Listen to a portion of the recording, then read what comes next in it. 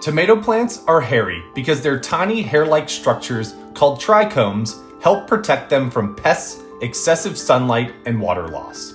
These trichomes can also release sticky or aromatic substances that deter herbivores and attract beneficial insects. Bumps on tomato stems are usually root primordia, which are undeveloped roots that form when the plant senses high moisture or stress. They are harmless and can actually grow into roots if the stem is buried in the soil.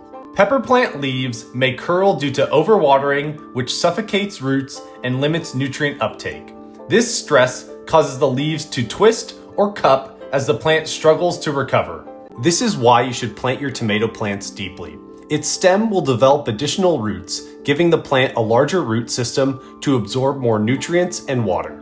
You can be your squash's pollinator by using a paintbrush to collect pollen from a male flower and applying it to any female flower that is ready to be pollinated. Tomato flowers are called perfect flowers because they contain both female and male reproductive parts in the same flower, making them perfect for beginners. Deadheading is the process of removing spent or faded flowers from a plant to encourage further blooming and maintain a tidy appearance. It helps redirect the plant's energy from seed production to new growth and flower development.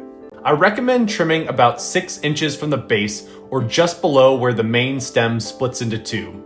Doesn't she look good already? The healthier the soil, the healthier the plants. Pests like to target the weakest or most vulnerable plants, so creating a garden with extremely healthy soil is the easiest and most cost-effective way to prevent pests. Inbreeding depression in squash plants is the reduced vigor and yield from repeated self-pollination or crossing of closely related plants. It results in smaller fruit, lower fertility, and greater disease susceptibility. Clay pots are ideal for container gardening because they provide excellent drainage and allow air to reach plant roots, reducing the risk of root rot. However, they dry out faster than plastic pots, so more frequent watering may be needed. Tomatoes start green because they contain chlorophyll, which allows them to photosynthesize and grow. As they ripen, chlorophyll breaks down and is replaced by pigments like lycopene and beta-carotene, turning them red or yellow. Tomato plants turn yellow mainly due to overwatering or nitrogen deficiency, which weakens the roots and limits nutrient uptake. To fix this, let the soil dry slightly between waterings and feed the plant with a balanced fertilizer high in nitrogen. Tomato plants typically begin to flower about 6 to 8 weeks after the seeds are sown, once they developed several sets of true leaves. Flowering depends on factors like variety, sunlight, temperature, and overall plant health.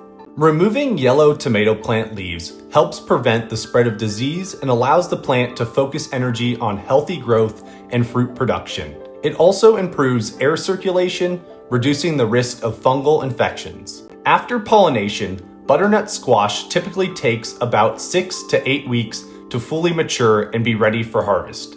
You'll know it's ready when the skin turns a uniform tan color and resists scratching with your fingernail. Tomatoes typically produce fruit before peppers because they have a shorter time to maturity and grow faster under similar conditions. Additionally, tomatoes are more responsive to early season warmth and light, accelerating their flowering and fruiting.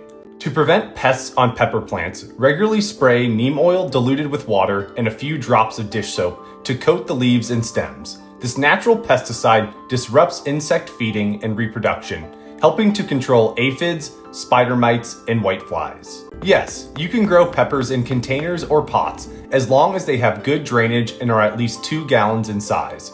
Use high-quality potting mix and place the container in a sunny spot to ensure healthy growth and fruit production. Many pepper plants benefit from support or staking, especially as they grow and begin to bear heavy fruit. Using stakes, cages, or trellises helps prevent branches from breaking and keeps the plant upright and healthy. Pepper plants typically start producing fruit about 60 to 90 days after transplanting, depending on the variety. They begin setting fruit once the plant is mature and has had several weeks of warm temperatures and full sun. Marigolds release a chemical called thiophene, which helps repel pests like aphids and nematodes. Planting marigolds near your veggies naturally keeps harmful insects away. Mexican marigold and Mexican tarragon are perennial marigolds in warmer climates. Most common garden marigolds, like the French marigold seen here, are actually annuals and need replanting each year. The best fertilizer for squash plants is one high in phosphorus, which supports strong root development and fruit production. Look for a balanced blend with a higher middle number like 463. Squash burrowers are the larvae of the squash vine burrower moth, which burrow into the stems of squash, zucchini, and related plants, causing wilting and often killing the plant. They are a major pest in gardens and can be difficult to detect until damage is severe. Nightshades contain natural chemicals like solanine and capsaicin, which can be irritating or toxic to some people.